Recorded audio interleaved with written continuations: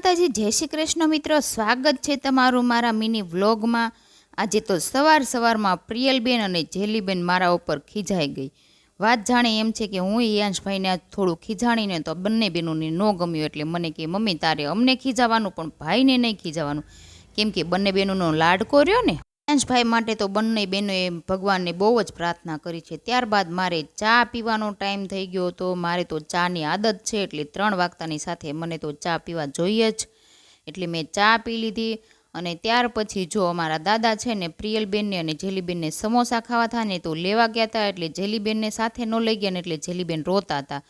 ત્યાર પછી જો સમોસા લઈને આવ્યા ને તો આ મારા હિયાંશભાઈ સમોસા આરગવા માંડ્યા। ગરમ હોય કે ન હોય પણ એ તો મોઢામાં તો મૂકી જ દે એકવાર। પછી જો ત્રણેય સમોસા ખાધા, પ્રિયલબેન, જેલુબેન અને હિયાંશભાઈએ। પ્રિયલબેન કહેતા હતા મમ્મી બહુ મસ્ત સમોસા છે, હાલો બધા ખાવા, જેલીબેન એમ કહે છે। અને આ મારા હિયાંશભાઈને તો બસ ખાવું હોય કે ન ખાવું હોય પણ એને બેહવાનું તો ખરી જ તે। અને જો એ પણ કહે છે કે હાલો બધા ખાવા। ગરમી બહુ જ હતી એટલે મારી ત્રણેય બાળકો માટે વરિયાળીનું શરબત બનાવવાનું હતું, તો મેં મસ્ત વરિયાળીનું શરબત બનાવી નાખ્યું। અને વરિયાળીનું શરબત છે ને બહુ શરીર માટે સારું કહેવાય, એટલે અમે તો વરિયાળીનું અને લીંબુનું શરબત વધારે બનાવીએ। ત્યાર પછી જો પ્રિયલબેને અને જેલુબેને તો જાતે પી લીધું, પણ અમારા હિયાંશભાઈ બહુ જ નખરા કરે, પીતો નહોતો। એટલે મને કે મમ્મી મારે ઓલા ગ્લાસમાં પીવું છે, ને ઓલા ગ્લાસમાં એમ કરીને 3 ગ્લાસ બદલાવ્યા ને ત્યારે માંડ થોડુંક શરબત પીધું। અને એ પણ મારે એને ઘણી વાર રમત કરાવી પડી અને વાતો કરાવી પડી ને ત્યારે પીધું।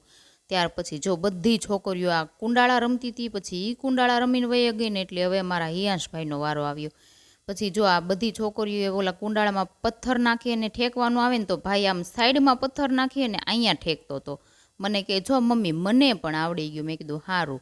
બધી છોકરીઓને રમતા જોઈને અને હિયાંશભાઈને પણ રમતા આવડી ગયું, પણ એ પથ્થર તો પાછો ત્યાં ગોતવા ગયો કે આ મારો પથ્થર ક્યાં ગયો એમ। મને કે મમ્મી મને નથી મળતો, તું ગોતી દે। મેં કીધું ના ગોત મળશે એમ। તો ભાઈ પાછા આવતા રહ્યા ને ત્યાર પછી મારે જો ધાબે છે ને મોટર ચાલુ કરી હતી ને તો પાણીનો ટાંકો જોવા જવાનો હતો, તો પાણીનો ટાંકો જોયો ને મને તો ત્યાં નવાઈ લાગી ગઈ। મેં કીધું મારા ધાબા ઉપર આ શું પડ્યું છે? જોયું ને ત્યાં તો કેરીના ગોઠલા અને કેરીની છાલું, હવે કોઈક ખાય અને અમારા ધાબા ઉપર આવું મૂકી ગયું। અરે આવું થોડું કરાય, કચરા પેટીમાં નાખી જ દેવાનું હોય। એ જોઈને હું તો થોડી વાર માટે ડરી જ ગઈ। અને હા જો અહીંયા અમારા દાદા સૂવે છે, ધાબે બહુ મસ્ત પવન આવે ને એટલે ત્યાં સૂવે છે।